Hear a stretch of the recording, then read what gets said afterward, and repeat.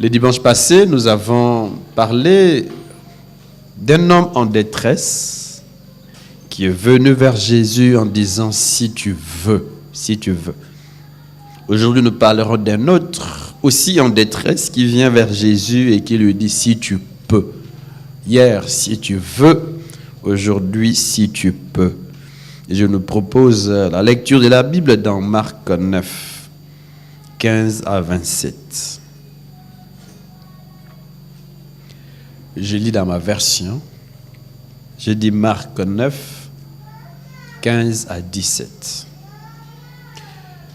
Dès que la foule vit Jésus, elle fut surprise et accourut pour le saluer. Il leur demanda « Sur quoi discutez-vous avec eux ?» Et un homme de la foule lui répondit « Maître, j'ai amené auprès de toi mon fils qui est possédé d'un esprit muet. En quelque lieu qu'il le saisisse, il le jette par terre. L'enfant écume, grince des dents et devient tout raide. J'ai prié tes disciples de chasser l'esprit et ils n'ont pas pu. Race incrédule, leur dit Jésus, jusqu'à quand serai-je avec vous? Jusqu'à quand vous supporterai-je? Amenez-les-moi. On le lui amena. Et aussitôt que l'enfant vit Jésus, l'esprit l'agita avec violence. Il tomba par terre et s'est roulé en écumant. Verset 21. Jésus demanda au Père, combien y a-t-il de temps que cela lui arrive? Depuis son enfance, répondit-il. Et souvent l'esprit l'a jeté dans le feu et dans l'eau pour le faire périr. Mais si tu peux quelque chose, viens à notre secours et compassion de nous. Jésus lui dit, si tu peux, tout est possible à celui qui croit. Aussitôt, le père de l'enfant s'écria, je crois, viens au secours de mon incrédulité. Jésus, voyant accourir la foule, menaça l'esprit impur et lui dit, esprit muet et sourd, je te l'ordonne, sors de cet enfant et n'y rentre plus. Et il sortit en poussant des cris et en l'agitant avec une grande violence. L'enfant devint comme mort, de sorte que plusieurs disaient qu'il était mort. Mais Jésus, l'ayant pris par la main, le fit lever et il s'étint debout. Amen. Au fait, dans ce texte, Marc nous parle d'une famille en détresse. On voit un homme et une femme déjà mariés qui ont un fils d'un certain âge, mais depuis son enfance, il est muet. Il ne parle pas. Il est privé de la parole. Et à la lumière de verset 25, là où Jésus dit « esprit muet et sourd », donc on peut comprendre qu'il n'était pas seulement muet, mais aussi sourd. Et ça ne s'arrête pas là, mes frères. Il y avait une autre infirmité, une maladie dont souffrait cet enfant. Il souffrait aussi de l'épilepsie. Au fait, l'enfant est sous l'emprise d'un esprit impur qui le rend muet, qui le rend sourd et épileptique. Et lorsque cet enfant, cet esprit d'épilepsie se manifeste dans sa vie, comme son père décrit, l'enfant tombe par terre, il écume, c'est-à-dire que la salive lui sort de la bouche. Il écume, il grince des dents et son corps devient raide, comme mort. On a l'impression qu'il n'a plus de vie, qu'il est mort. Et ça fait peur. De temps en temps, l'esprit le pousse à se jeter dans le feu ou dans l'eau pour le faire mourir. Les parents sont conscients de la maladie de leur enfant, mes frères, mais ils ne savent à quel saint se vouer. Ils sont conscients. Ils en sont eux-mêmes malades. Vous savez, lorsque vous avez votre enfant qui souffre, ça fait mal. Et surtout, un tout petit qui vient de naître. qui a quelques malformations, qui a quelques problèmes de respiration, une malformation cardiaque, physique. Mes frères, ça fait très mal. Très mal. Et ici, depuis son enfance, l'enfant a déjà un certain âge. Et les parents ont commencé à souffrir depuis très longtemps. Ils sont malheureux, mes frères. Ils sont malheureux. Mais un jour, il entend parler de Jésus. Il sait là où se trouve Jésus. Eh bien, il amène son enfant auprès de Jésus pour qu'il le guérisse. Mais il ne trouve pas Jésus, il ne trouve que ses disciples. Jésus n'est pas là. On peut voir dans le verset précédent qu'il est sur la montagne de la transfiguration. Il n'est pas seul, il est avec quelques disciples qui étaient dans son cercle intime. 3 de ses disciples qui ont partagé quelques expériences intimes de Jésus. Donc 9 autres disciples sont restés et c'est devant eux que le Père va amener cet enfant. Malade, possédé. Et les disciples ne parviennent pas à guérir cet enfant. Quelle déception pour ses pères. En tout cas, ils s'attendaient à ce que son enfant guérisse. Mais les disciples ont tout fait. L'enfant ne guérit pas. Le père est découragé. Découragé. Et quelque temps après, Jésus vient, Jésus le rejoint, il rejoint les 9, il rejoint les autres qui étaient là. Et le père lui décrit la maladie dont souffre son fils. Et comme conclusion, il dit à Jésus, j'ai demandé à tes disciples de chasser cet esprit mauvais. Je sais que c'était un esprit mauvais, je ne sais pas comment il le savait, mais peut-être par les manifestations de cet esprit. Il dit, j'ai amené mon fils auprès de tes disciples. Ce sont tes disciples. Ils n'ont pas pu le guérir. Non. Ils n'ont pas eu la force, dit la Bible, de le faire. Pas eu la force. Ou ils ne sont pas assez puissants pour le guérir. Mais si tu peux quelque chose, si tu peux. Vous voyez, il n'est pas très sûr. Si tu peux quelque chose, viens à notre secours. Viens. Je ne sais pas à quoi il faisait allusion lorsqu'il disait notre secours. Est-ce qu'il s'est associé avec son épouse, avec toute sa famille? Oui, c'est possible. Une famille qui souffre pendant longtemps à cause de cet enfant. Il dit, si tu peux quelque chose, viens à notre secours. Il dit, aie compassion de nous.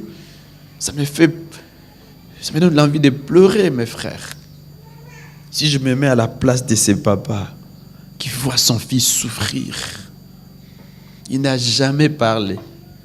Il ne communique pas avec le monde extérieur. Il n'entend ni ne parle. Et il est épileptique. Ses parents devaient toujours veiller sur lui pour que les dangers ne l'atteignent pas. Parce que les démons le jetaient dans le feu, le jetaient dans l'eau. Il pouvait donc mourir à tout moment. C'était un grand travail. Pas seulement qu'il souffrait intérieurement, émotionnellement, psychiquement, mais il devait aussi fournir beaucoup d'efforts pour veiller sur cet enfant. Alors il dit, Seigneur, il n'y a que toi. Mon dernier recours, si tu peux, je ne sais pas, si tu peux, viens à notre secours, aie compassion de nous. Il n'a plus de foi, donc à cause de ce qui s'est passé avec les disciples. Mais il tient quand même à ce que son fils guérisse. Et mes frères, Jésus comprend. Il comprend la douleur de ses pères. Il comprend. Mais avant d'intervenir, Jésus a fait quelque chose. Il a d'abord cherché à guérir l'incrédulité de papa, à les rassurer que lui peut, mais tout dépendait de lui. Il fallait qu'il bannisse la crainte, même l'incrédulité. Donc, Jésus le fait comprendre que le problème c'est lui, il doit croire, et s'il croit, tout est possible. Au verset 24, la réponse, la réaction des papas, la Bible dit aussi, les pères de l'enfant s'écria, je crois, viens au secours de mon incrédulité, je crois, mais ma foi est encore petite. Aide-moi à croire que tu peux. Il dit, viens au secours de mon incrédulité, aide-moi à croire. Verset 25. Jésus, voyant accourir la foule, menaça l'esprit impur et lui dit, il ne veut pas être envahi par la foule. Il menace l'esprit impur. Il menace et lui dit, esprit muet et sourd, je te l'ordonne, sors de cet enfant. Va-t'en. Il n'y rentre plus. Sors. Sors. Jésus est aussi d'accord que ce qui agit dans la vie de cet enfant, c'est un esprit mauvais. Un esprit mauvais.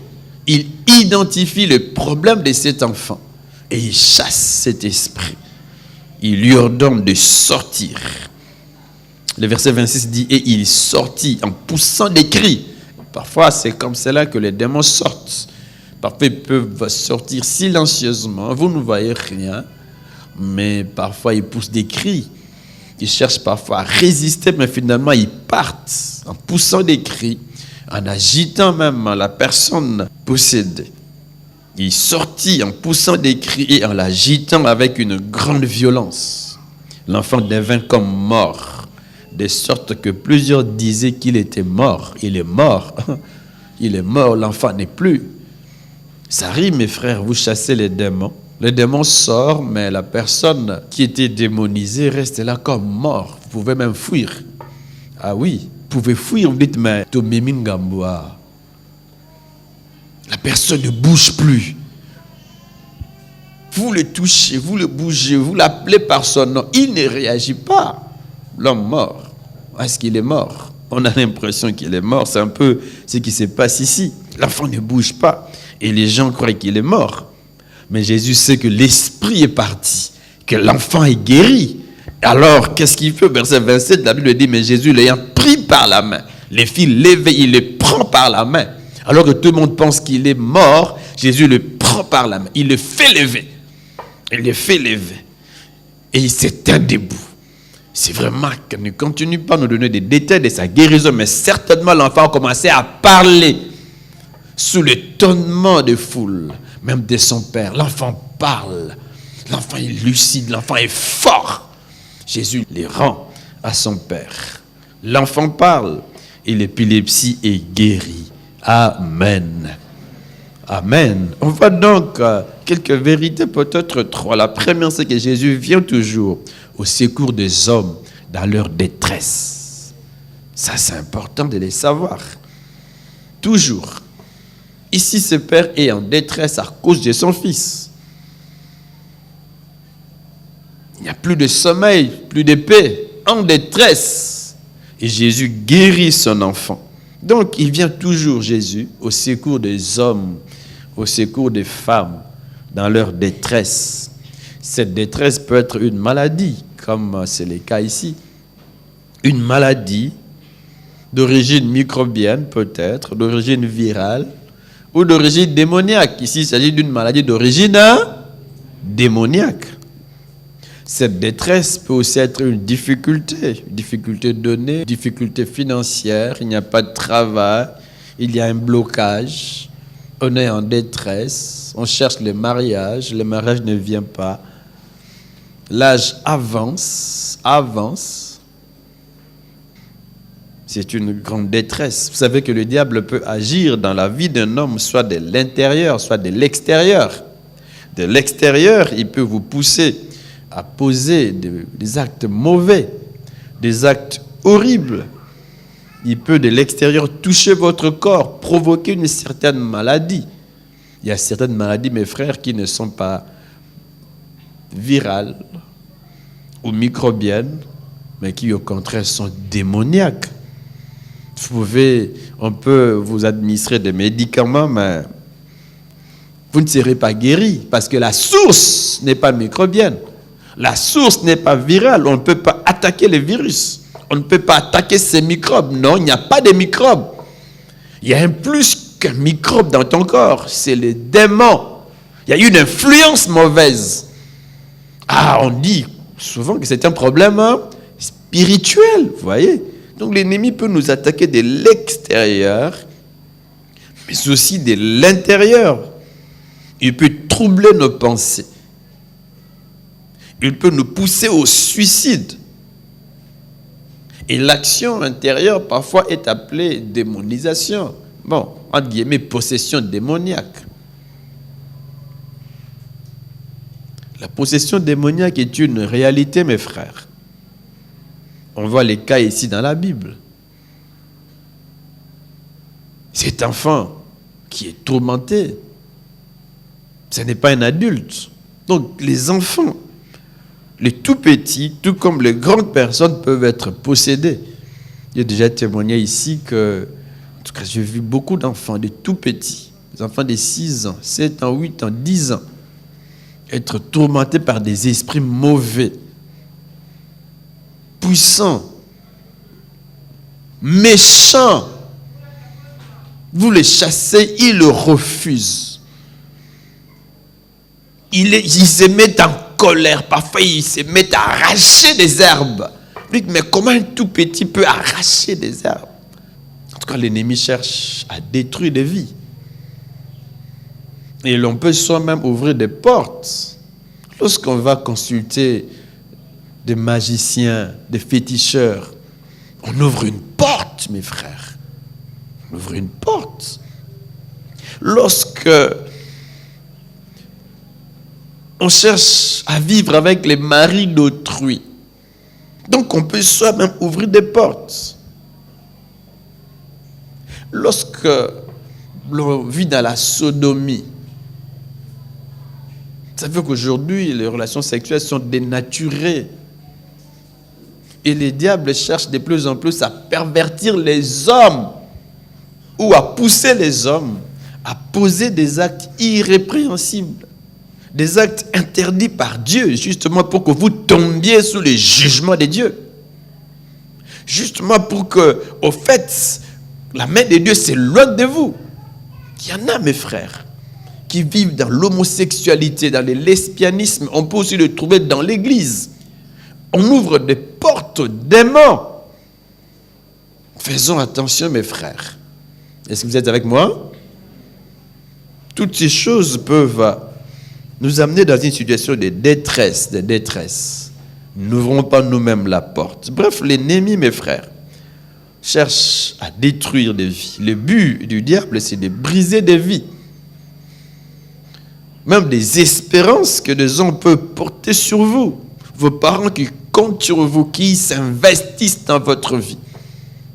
Mais l'ennemi peut détruire votre vie et toutes ces espérances peuvent être détruites.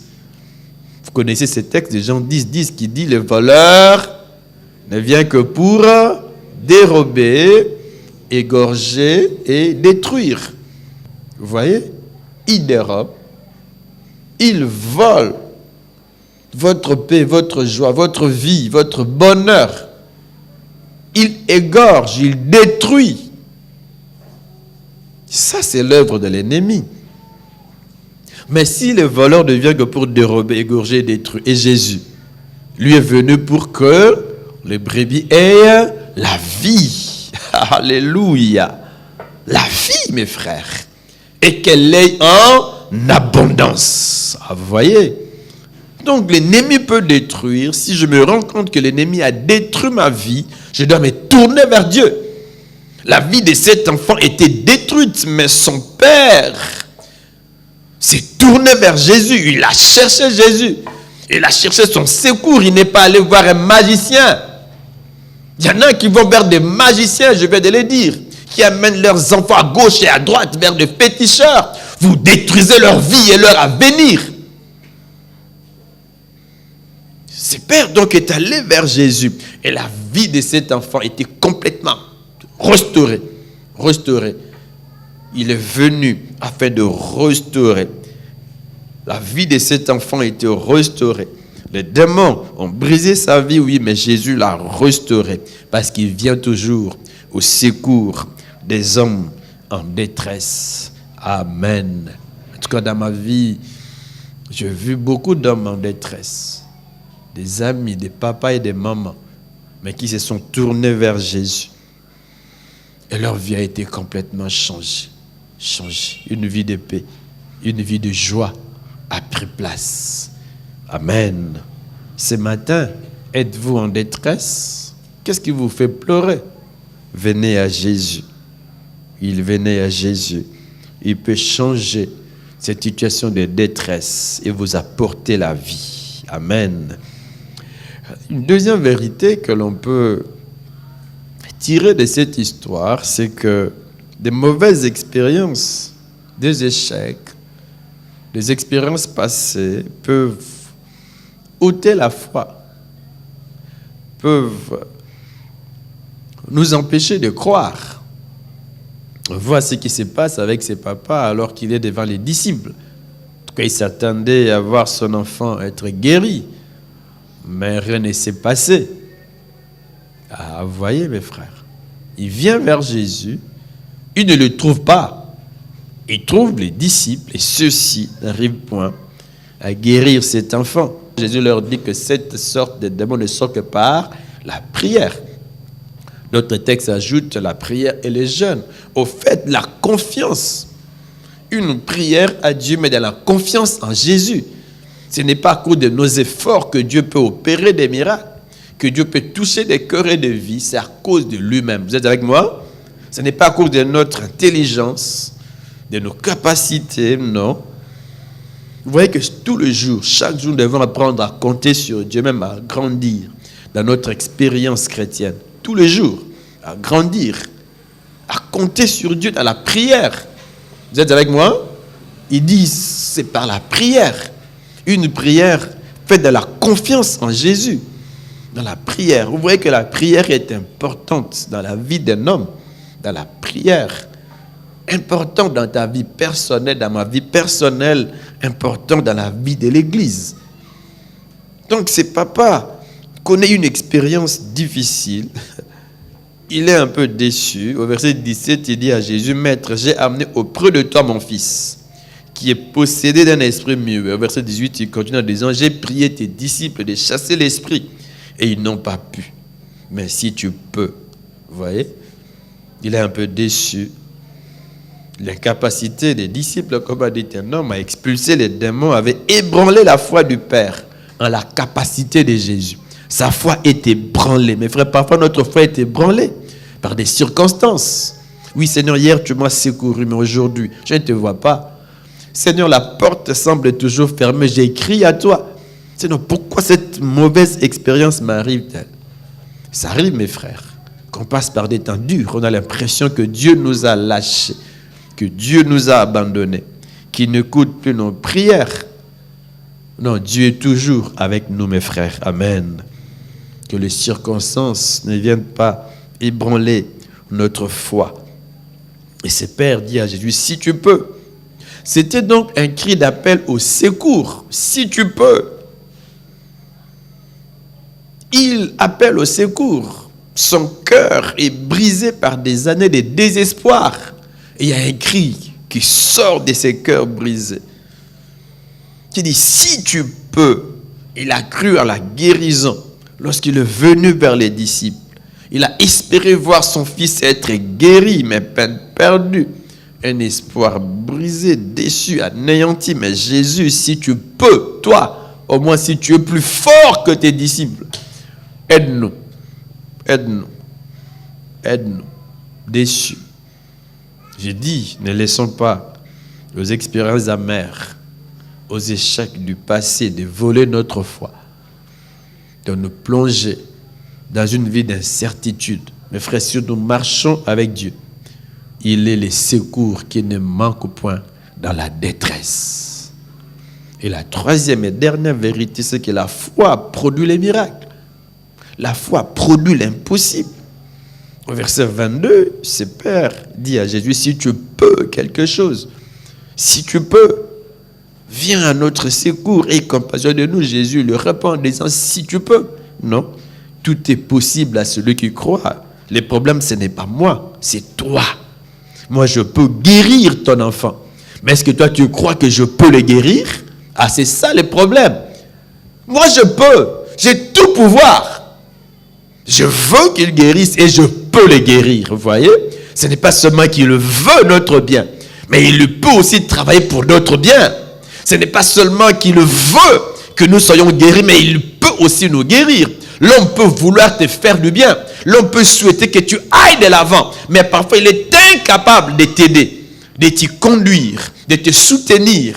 Je veux bien que ton mariage réussisse. Je veux bien que la réception réussisse. Mais je ne peux pas. Je ne peux rien faire pour toi. Je ne peux rien. Mais Jésus veut et Jésus peut. Est-ce que tu le crois? Il veut. Et il peut. Il faut que nous puissions intérioriser cela. Il veut notre bien. Il veut nous voir en bonne santé. Il veut nous voir aller de l'avant. Il veut nous voir réussir. Il veut, il veut. Et il le peut aussi. Alléluia. Il le peut. L'homme est limité. Même s'il veut mon bien. Mon père peut vouloir mon bien. Mais il est limité. Il est limité. Mes frères, Dieu veut. Et Dieu peut. Et Dieu peut. Mais est-ce que nous croyons? Est-ce que tu crois? Jésus dit à cet homme, si tu peux. Il dit non. Tout est possible à celui qui croit. Est-ce que toi tu crois? Vous voyez que beaucoup de promesses divines s'accomplissent en rapport avec la foi. Regardez dans Marc 9, 28. Il y a 2 aveugles qui viennent vers Jésus. Ils viennent vers Jésus, ils disent, mais est-ce que tu peux? Aie pitié de nous, aie compassion de nous. Jésus leur dit, mais croyez-vous? Vous voyez? Croyez-vous que je puisse faire cela? Croyez-vous? Est-ce que vous croyez? Vous voulez être guéri, mais est-ce que vous croyez que je peux? Est-ce que vous croyez? Vous croyez? Dans Marc 11, 24, Jésus dit, mais tout ce que vous demanderez en priant, croyez que vous l'avez reçu, croyez, et vous le verrez s'accomplir. Dans Matthieu 21, 22, si vous avez la foi, vous recevrez tout ce que vous demanderez dans la prière, si vous avez la foi. Si vous avez la foi. Si vous avez la foi. Avons-nous la foi? Mes frères, j'aimerais que ce matin que nous puissions prier que Dieu nous aide à avoir foi en lui. Plusieurs fois dans la Bible, Jésus reprochait aux disciples leur petite foi. Même ici, il dit, jusqu'à quand vous supporterai-je? Vous êtes des hommes de peu de foi. De peu de foi. Nous avons besoin, mes frères, que Dieu nous guérisse. Qu'il vienne au secours de notre incrédulité, parce que souvent nous sommes incrédules. Est-ce que vous êtes avec moi? La foi, c'était donc la condition pour l'exaucement de la prière de cet homme, mais c'est aussi la condition pour l'exaucement de notre prière. La foi. Pour Jésus, donc, le problème, ce n'est pas lui. Il a la capacité de guérir, de faire de grandes choses. Vous savez que nous pouvons limiter Dieu dans notre propre vie. Nous pouvons le limiter. Vous connaissez ce qui se passe, n'est-ce pas, avec cette veuve qui n'avait qu'un peu d'huile et qui n'avait rien pour payer ses dettes. Elle vient vers Élisée. Mais qui s'est limité? Est-ce que c'est Dieu ou bien elle-même? Qui s'est limité? C'est elle-même. Elle s'est limitée par rapport au nombre de quoi? De récipients qu'elle avait. Par rapport au nombre, entre guillemets, de bidons qu'elle avait. Si elle en avait un grand nombre, une centaine de milliers de récipients, est-ce qu'ils allaient être remplis? Oui. Vous voyez? Parfois, nous limitons l'action de Dieu dans notre vie. Avez-vous assez de foi? La foi pour croire au miracle. La foi pour croire en un avenir meilleur. La foi pour croire aux grandes choses dans votre vie. Avez-vous la foi? Nous avons besoin d'avoir la foi. La foi produit les miracles. La foi produit l'impossible. La foi en Jésus. La foi qui se manifeste dans une prière constante jusqu'à ce que Dieu réponde. La foi qui se manifeste dans une recherche de Dieu. Je le cherche dans la prière. Tout le jour, je suis là devant toi, Seigneur, agis. Je ne m'arrête pas parce que hier, ça n'a pas marché. Je continue à croire que même si hier, ça n'a pas marché, aujourd'hui, ça peut marcher. Je l'ai dit que toute la fois que Dieu nous laisse en vie, c'est donc une opportunité pour aller de l'avant, pour expérimenter de grandes choses, ce que nous n'avons pas expérimenté hier, aujourd'hui, parce que nous avons la vie, nous pouvons l'expérimenter. La foi pour croire au miracle. La foi pour croire que Dieu peut, que Dieu peut, que Dieu peut. Que Dieu peut, que j'irai de l'avant, que je réussirai dans ma vie, que je me marierai, que j'aurai un enfant, peu importe les années, peu importe les temps, peu importe les difficultés, moi j'irai loin. Même dans mes études, j'irai loin. Je n'ai ni père ni mère pour me soutenir. Mais mon Dieu est là. Il peut. Il peut. Il peut. Il peut, mes frères. Que Dieu nous aide à croire. À croire. À croire. Je n'ai rien pour prendre soin de ma famille, de mes enfants. Mais Dieu peut. Dieu peut. Dieu peut. Dieu peut. Bref, nous devons croire que Dieu veut et que Dieu peut. Il veut. Il veut. Parce que parfois nous avons l'impression que Dieu est contre nous. Dieu est contre nous. Parce que ça ne marche pas, Dieu est contre moi. Non, Dieu veut. Il veut votre bien. Il veut votre bonheur. Je suis venu afin que mes brebis aient la vie. Il veut. Il veut. Et j'ajoute qu'il peut. Est-ce que Dieu veut? Est-ce que nous pouvons dire Dieu veut? Et Dieu peut. Qu'est-ce que Dieu veut? Qu'est-ce que Dieu veut? Mon bonheur. Qu'est-ce que Dieu veut? Mon succès, ma réussite. Qu'est-ce que Dieu veut? Que j'ai une vie de paix, que j'ai une vie de joie, une vie de bonheur. Que j'aille loin dans ma vie avec lui, dans mes études, dans ma profession. Dieu veut et Dieu peut. Dieu peut. On dit toujours, en fait, on dit il a les moyens de sa politique. C'est que sa bouche dit, sa main l'accomplit. Dieu est capable de faire tout ce qu'il dit qu'il peut ou qu'il fera. Dieu est capable de faire tout ce qu'il nous promet. Tout ce qu'il nous promet. Avez-vous encore foi en Dieu? N'êtes-vous pas devenu incrédule? Et j'ai dit qu'à la lumière de la réaction de ces papas qui a crié en disant Jésus viens au secours de mon incrédulité, nous avons besoin qu'il nous aide. Qui viennent aussi au secours de notre incrédulité, qui nous aide à croire en lui, à croire, à intérioriser le fait qu'il veut et aussi le fait qu'il peut. Est-il quelqu'un qui veut prier en disant Seigneur, aide-moi à croire? Seigneur, je suis dans une situation de détresse. Dieu vient toujours au secours des hommes en détresse. Dis Seigneur, je suis en détresse, aide-moi. Seigneur, je ne sais pas, je ne crois plus. Je ne crois plus, mais aide-moi à croire. Je ne crois plus. Je ne crois plus que ma vie peut changer. J'ai perdu tout espoir, mais je viens, Seigneur, aide-moi à croire. Malgré ce qui s'est passé hier, malgré les difficultés de ma vie, aide-moi à croire en toi. Aide-moi à croire. Prions le Seigneur, chacun pour sa part. Prions le Seigneur.